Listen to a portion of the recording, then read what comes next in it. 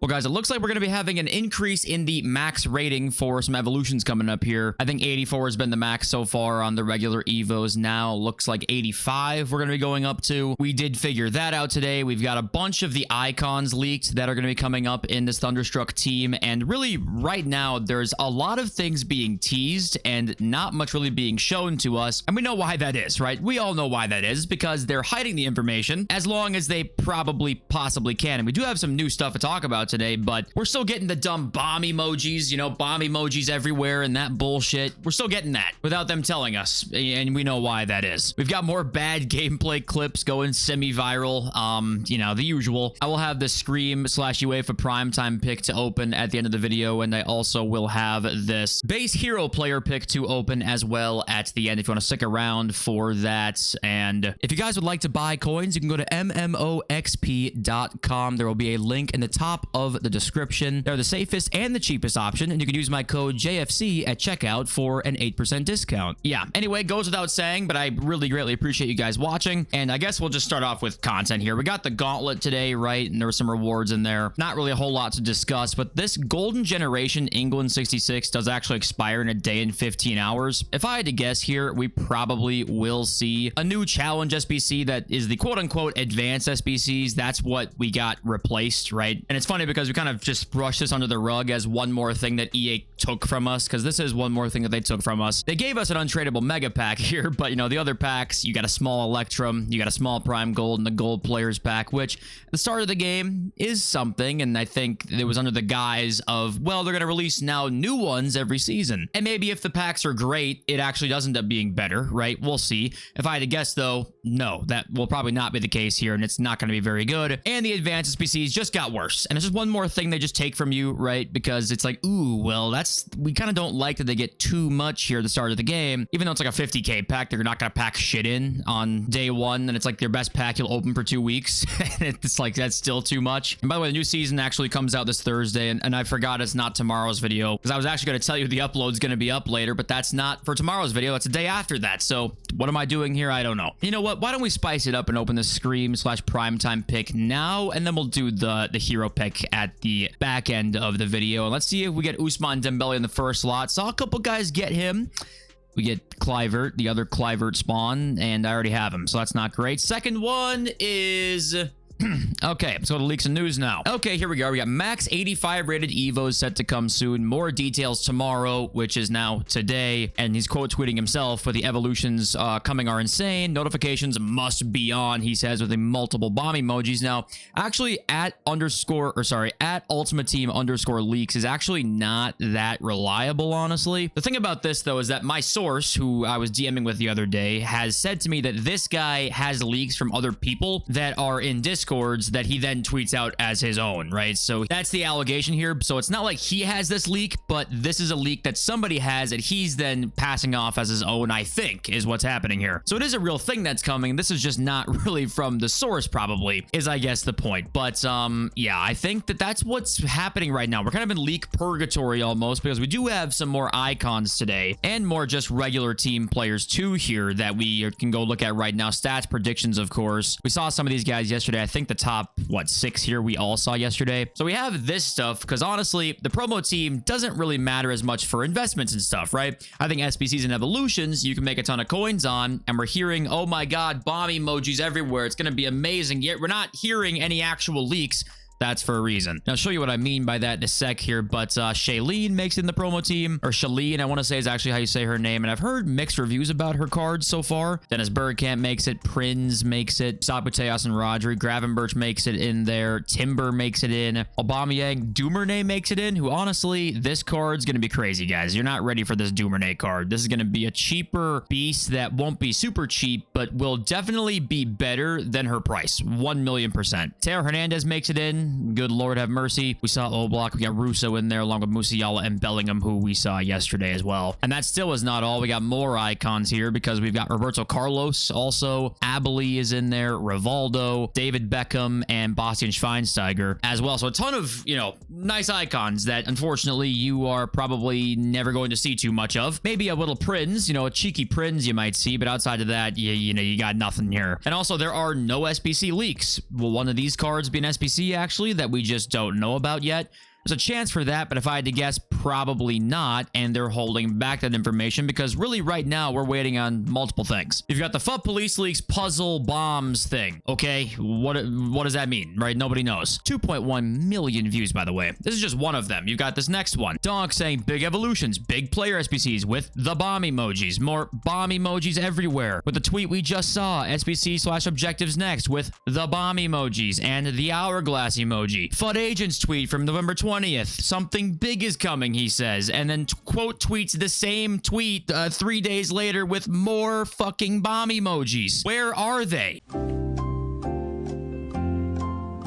We don't have them because everyone's making those coins right now, pre-investing. At least that's what we assume. Otherwise, what is the wait? And FUT Agent does give us more news about official card stats, right? Because this doesn't really mean too much. We do have official ones here. Low driven plus for all 4 of these guys. Aubameyang's card actually looks very nice. Russo, Prinz, and Bale. Bale's card looks ridiculous, by the way. You're never going to see that card in your team. Few more here that we'll look through quickly. Beckenbauer with Anticipate Plus is nice. 83 pace, 94 defending on him. Anticipate Plus is still like the best defender playstyle in the game to me. More official stats here. You got Eusebio with Finesse Plus with 93. I mean, you're not seeing that. I mean, most of these cards you're just not seeing, right? Maradona with Rapid Plus is pretty nuts. Bergkamp First Touch Plus. That's a card you could see. This card might actually be pretty undervalued. This card's going to play better in game than his price. 85 pace, 91 shot, 90 dribbling. And Shailene did keep Finesse Plus there. Pedro Neto as well. Finesse Plus, 94 pace, 84 shooting, 89 dribbling for him. That's a nice card. Make sure you guys are doing your Finesse low drivens. Those with Finesse Plus are amazing. And here's Teo Hernandez with Bruiser Plus. Best left back in the game pretty much immediately upon arrival. Getting the Bruiser and the +4 defending boost there and just hella aura. And the last one here is Jurgen Timber with Jockey Plus and kind of an alright card. If he can play center back, that definitely is interesting. Wait, can Timber play center back? I actually don't remember if he can. Did they take it away? No, they did not. He still has it. Okay. He's kind of like the Premier League version of Koundé, it looks like. And then from FUT Agent, we do also have a playstyle plus evolution leak, and I'm assuming it's a goalkeeper evo, right? He does say stat upgrades in one of the tweets down below, so a goalkeeper evo is probably coming out here shortly. Max 83, you would guess. He doesn't say the rating, of course, because you can't give away all the details. And actually, what Teddy says here, I've been told the goalkeeper evo was tipped. Market shows the same. I'm guessing it's 83 rated max because Mamardashvili has not moved. And he doesn't say it, but that's exactly right, because it looks like so far that's what the requirements have been assumed to be. So this is just, you know, this is the reality that we live in now. Then next up here, we got a party bag pick on the way, apparently, and it's going to be between Scream, Ratings Reload, and the UEFA Primetime promo, it appears. So that's a little something that, you know, one of the many gamble picks and packs that we're going to see here over the next week or 2 weeks, really. And then next up here, we have this tweet I saw, and I thought it was interesting because there were some, like, takes being floated around about this screenshot, and it was that the FC Pro Open today was actually the most watched Twitch live stream, like, of the entire website. It was the most watched Twitch stream at the time. And I saw someone's tweet that I should have saved and I can't find it now, but someone said that, you know, people talk about the game's dying or the game's dead or whatever, yet we're getting numbers like this on a pro stream. And of course, the thing with this is that you get some good packs. Like, there were some good packs actually if you watch the pro event. I'm not really reading too much into this, but it was still #1 regardless. So that's a win in EA's eyes, even if drops were the reason that it existed. I don't know what your guys' thoughts are on that, if we can take anything from that. Also, I thought this was funny.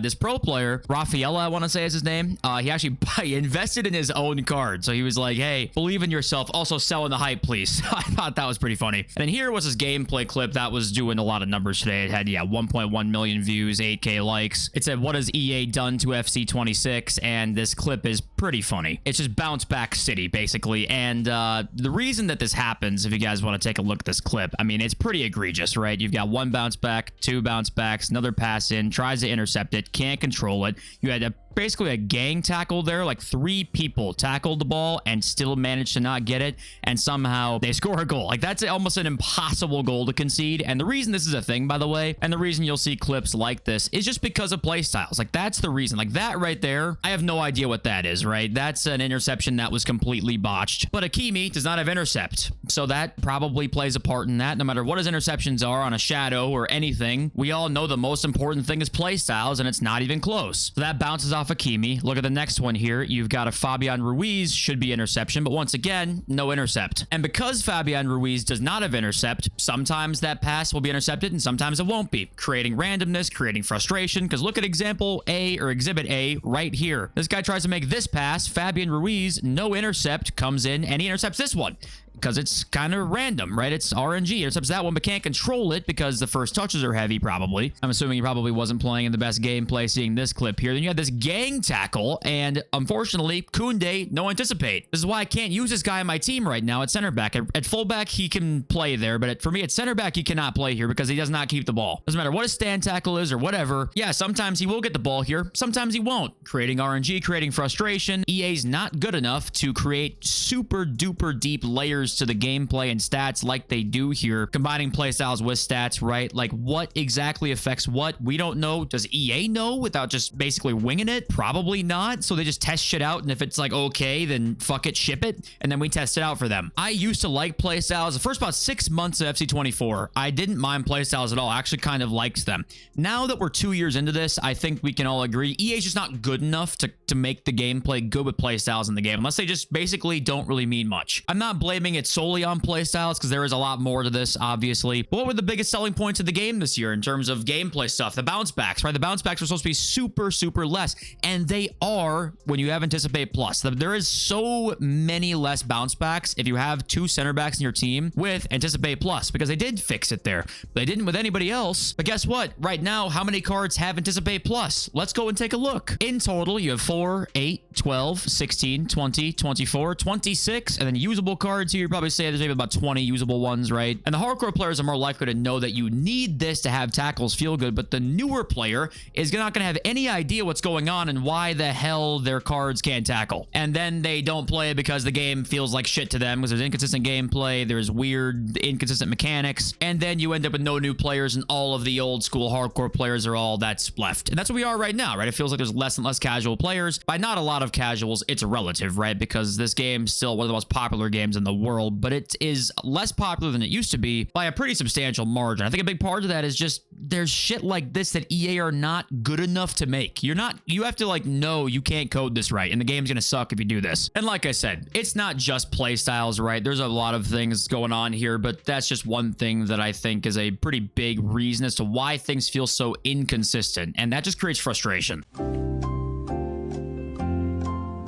And the last thing with leaks and news here is that there is the best of team of the week now confirmed by FUT Police Leaks. And he says most cards over 30k are included, over 60 team of the week players in the best of. So that's cool. And once again, a lot of great SBCs and evolutions, he says, but he won't tell you them. I wonder why. And with the market, it's funny right now because this is a prime example of why we know there's less casuals than ever, because you have just cards that are so over invested in now, like all the time. Darwin Nunez, right? Anders literally dominated today. Like he was basically perfect and his card went down 70k. Why? Because people wanted to invest in Anders' card. And yes, going back 5 years ago, you'd see some things like this still, but there's so many examples of things being so over invested in, like Scream cards, for example, so over invested in that ironically the guys who actually make the coins are the ones that were selling the leaks because they could sell into the people that were buying into them as investments. Does that make sense? So honestly, that's why, you know, these trading discords do so well, but the casual stuff is just, it's hard to find, right? It's very hard to find nowadays. That's why the market just, again today, for example, Ousmane Dembele just going down even further. He's 580 yesterday. We talked about all these drops yesterday from the day before that, the day before that. He's now 500k, 509? Like that's crazy. And if this market was stable, like EA said they wanted to make it, by the way, I'd tell you to buy right now. But I think there's no way that's the case because we're gonna have good SBCs and evolutions. And evolutions, when they're good, mean the market goes to shit. I still want to wait to buy some cards. There's a chance that this is like getting to that low point here, but I really think people have been waiting for good content so long that plays a part into this too. If content was like interesting and good leading up to Black Friday, maybe you wouldn't see as much of a panic sell and a big drop leading up to it, but the content has been pretty underwhelming for the last couple of weeks here, and that plays a part into what we're seeing here. People will go crazy for Black Friday and are going to spend some coins on Evos and do some big SBCs. We have Hazard on the way, obviously. The Hazard and Dina Tale pick and stuff. This is just, it's funny seeing where we were going, or it seemed like we were going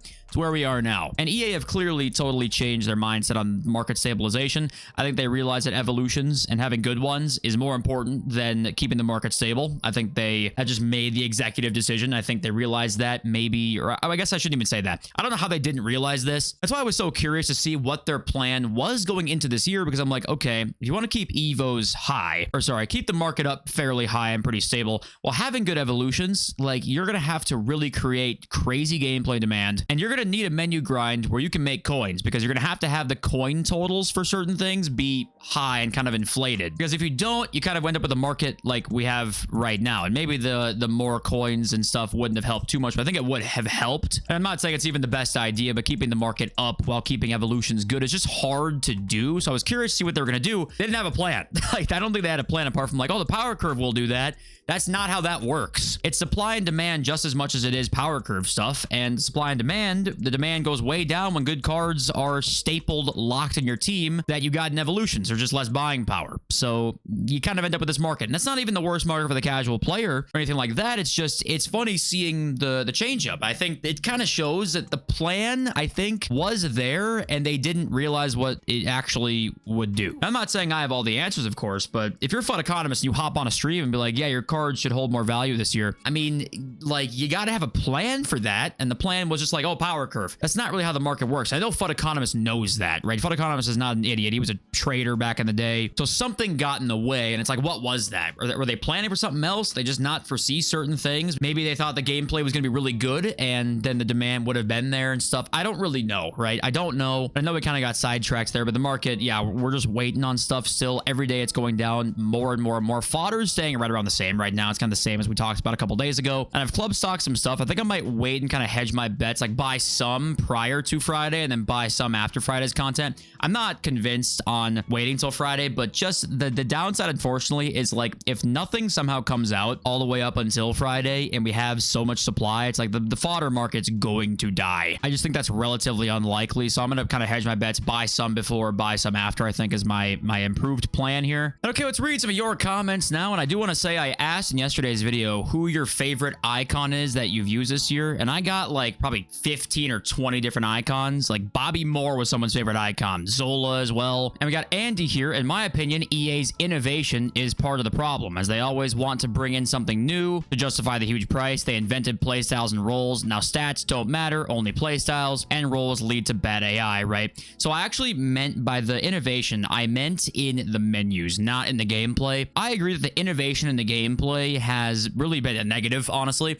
And that's the thing, is that has been one of the weirder decisions from them, is they actually innovate more with gameplay than the menus a lot of the time, it feels like. There's not been like a new crazy mode until this year. They added live events. That's the first new mode in like 5 years.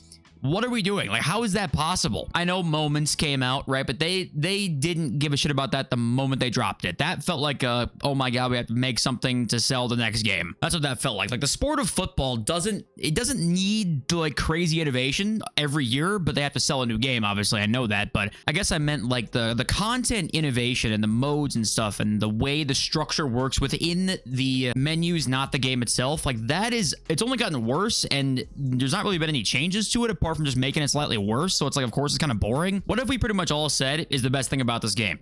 It's the live events in the gauntlet that they added this year. That was a new game mode. Who would have guessed a new game mode makes things interesting? It didn't need to be a 5-6 year wait. We didn't need that. And even then, it's still kind of lackluster because the tournaments, there's not even a constant tournament going on all the time that you can enter and win things constantly. That doesn't exist. Draft does not count. You have to pay to enter, right? That does not count. As long as there is not a mode that you can't play constantly to earn at least a little something, this game is missing a giant piece of what any game should have. I saw Nepenthes talk about the game loop. There is no game loop. You wait on EA's time. And yeah, maybe they actually didn't even need innovation in the menus, and if the gameplay was better, the game would just be better, maybe, and more popular and stuff. I don't exactly know. I don't have all the right answers, but to me, when I think about just how many years it took for them to acknowledge that the problem is like, hey, what do I play And why do I not get to play what I want to when I want to? We know why that is, because EA want to decide when you're on the game every day and when you're not, and what you earn exactly, and really watch you like a hawk and make sure you're not getting too good of a team and not too bad of a team to make you leave, and not too good of a team to make you not spend money. So they micromanage everything. I don't know. Maybe the innovation just should not have happened at all from FIFA 18 or 19. And you could argue the game maybe would have actually stayed just as popular as it was back then. I don't exactly know, really, right? But I just think that as long as there is no game mode to hop on and play whenever you want to at any point in time during the entire life of this game, 365 days of this game being out, and I can't hop on at midnight and play this game mode to get this reward if I win 4 games in a row per se, as long as that is not here, then you are fucking yourself over so hard. And by you, I mean the imaginary EA employee that is watching this, that is never watching this, but just, you know. But anyway, you know what, guys? I lied. We're not doing the hero player pick because I had enough fodder to do the icon pack, so we're doing a roulette, baby. You know what comes next. It's roulette time. I know some of you hate it, and I'm sorry, but it is roulette time, and we'll do newest here, so it pops up right away, and we'll go nation by nation. Wales, Gareth Bale. I think he's 89 or less. I don't remember, actually, but it's not him anyway, because it never would be. What's next up? Shevchenko for Ukraine. It is not Shevchenko, thank goodness. And we can move on. Sweden is Henrik Larsson, and it's not Henrik Larsson, thank goodness as well. Scotland could be Kenny Dalglish, which would be a really nice pull. Not Kenny Dalglish, of course. Serbia, Nemanja Vidic. I would not mind Nemanja Vidic at all. It is not him. Let's see what's next here. Well, Russia, Lev Yashin's higher than 89, I think, right? I'll check to make sure. Yeah, not him. Romania, I have Haji, so it'd have to be a duplicate, which if I can't find my card, well, it might be in dupe storage. Ireland, I have Keane, so it can't be Keane either. There's nobody else that's Irish, right? Is there? Nope, there's Roy Keane. Moving on here. George Best, is he 89? I don't actually know if he is. It's not George Best anyway. Mexico would not be ideal, probably, and it's not Mexico. Nice. Let's see. Puskas, we can't get Puskas, right? He's too high rated. He's not there. Ivory Coast, Drogba wouldn't be the worst pull ever. It's not Didier Drogba. I feel like I skipped somebody here. Please don't be Denmark. I guess Schmeichel would be the worst thing ever, but it's not Denmark. I feel like I skipped somebody here, and we might have to go back and look if we can't find our card eventually. But Michael Essien for Ghana. Not going to be Essien. Who's next here? Cameroon's Eto. Like I said, I don't even know who's in this exactly, but we'll just check every nation and see. Croatia, don't be Dvorak, please, God. Thank you. Czechia, well, this could be Czech, or Pavel Nedved, please, please, please. Whew, thank goodness. Bulgaria, Stoichkov isn't the worst card with low driven plus. It is not Bulgaria. Okay, so I think we're on now to the top nations, right? I believe so. So we're going to go to the biggest nations first. We're going Brazil because it could be a Brazilian icon, so we got to check and see. And it's not. Okay. We can't get Maradona. So Argentina would actually be Verón or terrible, so it's not him, thank goodness. England could be really bad. It could be Rio Ferdinand, you know, could be... It's not. Okay. No England as well. Interesting. French. I don't even know who we could get that's decent that's French. Desailly, I guess, would be pretty good. It's not French either. Okay, we keep going. Germany. I also, like, who could we get here? I mean, Schweinsteiger's not the best. I don't know. I have no idea who we can get here from Germany, and it is not German either. Okay. Netherlands, all the cards we care about are probably too high rated, so we'll check it and see, and it's not Netherlands. We're getting towards the bottom here, guys. Italy next. This could be also terrible, or it could be pretty good, and it's Nesta. Nesta. Oh my god. Okay, well that's it for me. I should have done the hero pick. I wasted my fodder. That's great. Thank you for watching, being here. Like,